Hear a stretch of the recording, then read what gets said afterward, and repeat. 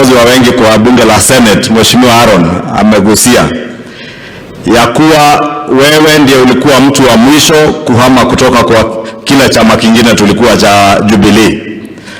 And since you are the last man standing, Your Excellency, in the midst of the COVID pandemic, tukikunywa chai hapo Kikuyu, ndio tukakwambia sasa wewe tunaona una mipango ingine, tukubalie tuunde chama. Na kwa roho mzito ukainua mkono for the first time, Your Excellency, ukasema I have surrendered. Sijaiona tena umesema umesurrender. Hiyo tu ndio siku ulisema I have surrendered, na ukatuambia sasa tuunde chama. I remember with nostalgia, Your Excellency, because that day also ulituambia pia mambo matatu, na sio hii ya saa hii, hiyo ilikuwa ya siku hiyo.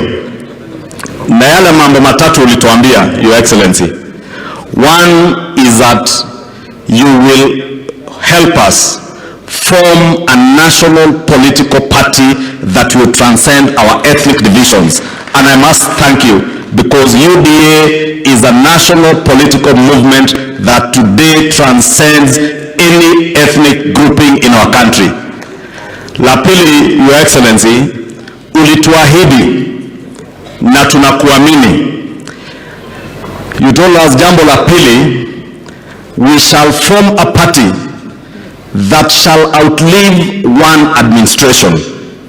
And I want to believe, Your Excellency, this party shall outlive your administration.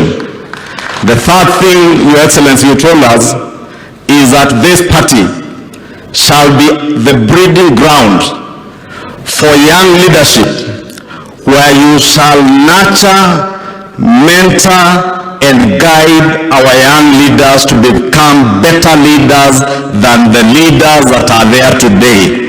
Your Excellency, we thank you, because many of us in this auditorium today are students of the William Samoei Ruto School of Leadership.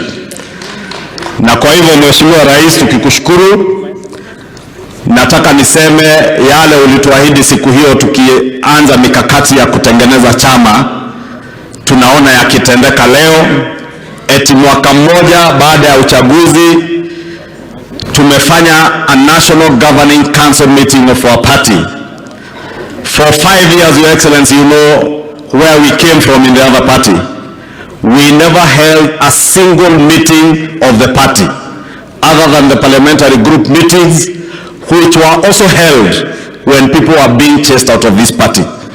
Ninaamini, Mheshimiwa Rais, umekuwa ukipanga mikutano ya parliamentary group, umeahidi the group ya county assemblies utakutana na wao pia, na tunakushukuru. Lakini vile unaheshimu MCAs, Your Excellency, tunataka tuulize viongozi wetu wote, wakiwemo magavana, waheshimu ma MCAs wetu kama viongozi ambao wamechaguliwa.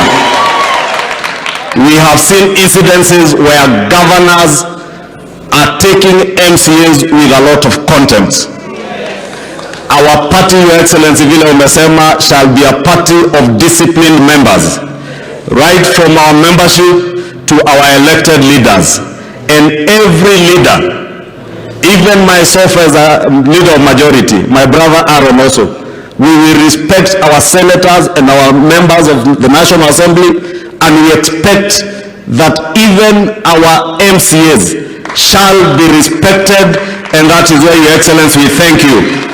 As I commit, in conclusion, that the bill that you spoke about, which as Senator Aaron has confirmed, to give financial autonomy to our county assemblies, we have already begun work on it, and before the end of this year, Your Excellency, we shall be bringing that bill to you to assent for it to be a law, so that we restore the dignity and honor that our county assemblies should enjoy as legislative assemblies, just like the Parliament of Kenya. Kwa hayo mengi, Mheshimiwa Rais, tunashukuru SG.